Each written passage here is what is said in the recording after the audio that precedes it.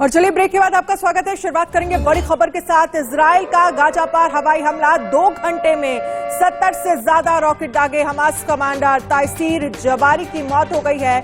जबारी समेत 10 की मौत, 40 लोग घायल बताए जा रहे हैं। ये तस्वीरें आपको दिखा रहे हैं। 2 घंटे में 70 से ज्यादा रॉकेट दागे। हमास कमांडर ताइसीर जबारी की मौत हो गई है। तस्वीरों में देखकर आप अंदाजा लगा सकते हैं कि हमला कितना बड़ा था। 40 लोग घायल बताए जा रहे हैं और 10 लोगों की मौत हो गई। देखिए, लगातार एक के बाद एक इस तरह की खबरें सामने आ रही हैं। जब देश आमने सामने हो, कई महीनों से रशिया और यूक्रेन के बीच युद्ध चल रहा है। वहीं 2 दिन पहले हमने देखा कैसे अमेरिका और ताइवान के एक साथ आने पर चीन की गीदड़ भपकियां आई सामने, और अब हमास के कमांडर समेत 10 की मौत हो गई है। गाजा पर हमला इजराइल की तरफ से किया गया है। 10 लोगों की मौत बताई जा रही है। कैसे ये हमला हुआ है उसकी तस्वीरें भी हम आपको दिखा रहे हैं। रोंगटे खड़े कर देने वाली ये तस्वीर। हवाई हमला, हवाई अटैक किया गया है इजराइल की तरफ से गाजा पर। 2 घंटे के भीतर एक के बाद एक कई अटैक्स किए गए हैं। हमास कमांडर इसमें मारा गया है। और इस पर न्यूज रूम से अबुल जुड़ गए हैं, इंडिया न्यूज संवाददाता। ज्यादा जानकारी उनसे ले लेते हैं। अबुल, कैसे देखें इस पूरे हमले को? 2 घंटे के भीतर एक के बाद एक कई हमले। ये लगातार ये हमले हुए हैं 2 घंटे में 100 रॉकेट दागने की, जैसा कि आपने भी ये खबर बताई है। और ये कोई नई बात नहीं है। हमास पर हमेशा से अटैक करता है। हमास का नाम लेकर गाजा पर या फिलिस्तीन पर इजराइल के ये अटैक आमतौर से देखे जाते हैं। और इसको जो इजराइल कहता है वो कहता है आत्मरक्षा का जो हमारा अधिकार है उसके तहत हमने ये हमले किए हैं। आपने दावा भी सुना होगा, उसमें कहा गया है इजराइल की तरफ से कि 10 हमास के आतंकी हमने मार गिराए हैं। हालांकि हमास की तरफ से, फिलिस्तीन की तरफ से कहा जा रहा है कि 10 आम लोग मारे गए हैं और जिसमें 5 साल की बच्ची भी शामिल है। इजराइल की तरफ से, इजराइल सरकार की तरफ से ये बात लगातार सामने आ रही है कि क्योंकि हमास उनको धमका रहा था, बार बार धमकियां दे रहा था, और हमने अपने आत्मरक्षा का अधिकार का प्रयोग करते हुए उस पर ये हमला किया है। तो ये एक लंबी लड़ाई है और ये पुरानी चली आ रही है। आपने सुना होगा पिछले साल भी आपने देखा कि किस तरीके से ये जंग छिड़ी हुई थी। दोनों तरफ से रॉकेट दागे जा रहे थे और उसके बाद फिर इंटरनेशनल इंटरवेंशन हुआ और उसके बाद कहीं जाकर ये जंग थमी। तो ये सिलसिला लगातार जारी है। अगर हम पिछले 100 साल की बात करें तो लगभग 100 साल से ये सिलसिला लगातार जारी है और अभी तक किसी तरह की कोई कमी आने की इसमें हाल फिलहाल में कोई संभावना है भी नहीं।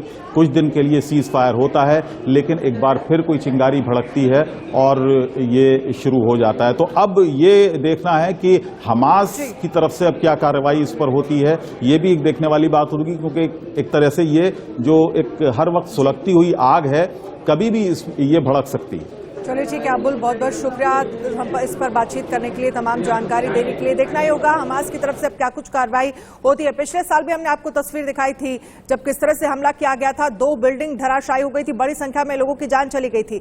चालाक, चालबाज और अहंकारी चीन अपनी हरकतों से पड़ोसियों को डराने की कोशिश कर रहा है। ताइवान को लेकर अमेरिका से कूटनीतिक बात खाने के बाद अब चीन अपने घातक हथियारों की नुमाइश करने में जुट गया है। कैसे, आपको इस रिपोर्ट में दिखाएंगे।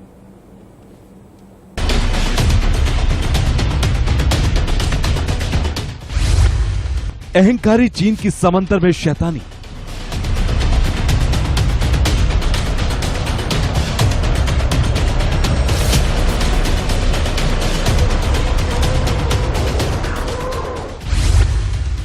सैन्य अभ्यास की आड़ में जंग की कहानी।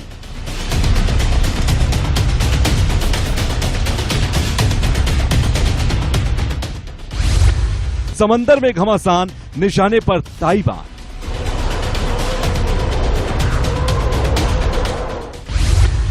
ड्रैगन का अहंकार, पड़ोसियों पर प्रहार।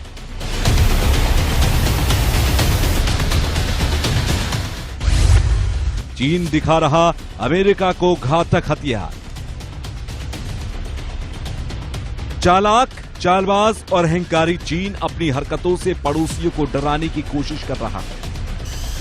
ताइवान को लेकर अमेरिका से कूटनीतिक मात खाने के बाद अब चीन अपने घातक हथियारों की नुमाइश करने में जुट गया है। ये देखिए, PLA ईस्टर्न थिएटर कमांड ने अपनी दादागिरी का ताजा विजुअल शेयर किया। मिसाइल्स दागी जा रही हैं, बम बरसाए जा रहे हैं, समंदर में जंगी सनसनी मचाई जा रही है।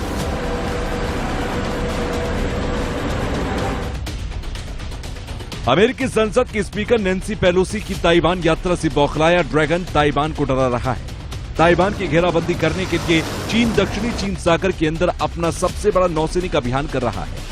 यह PLA के 82वें ग्रुप आर्मी ब्रिगेड की एक टुकड़ी है जो 3000 किलोमीटर से अधिक तक मार करने वाली मिसाइल के जरिए अपनी ताकत दिखा रही है।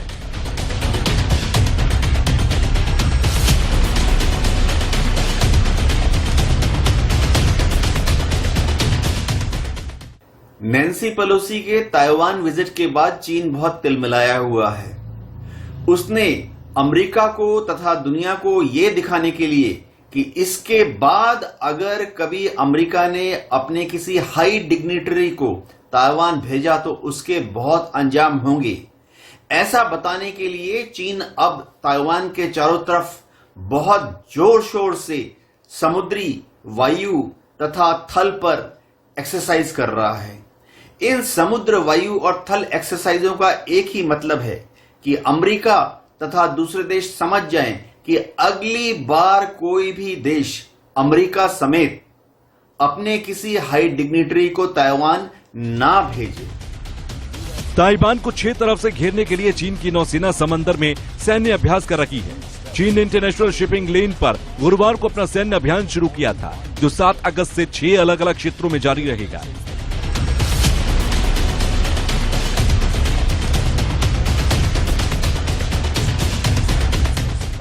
चीनी नौसेना मिसाइलें दाग रही है, हथियारों की नुमाइश की जा रही है।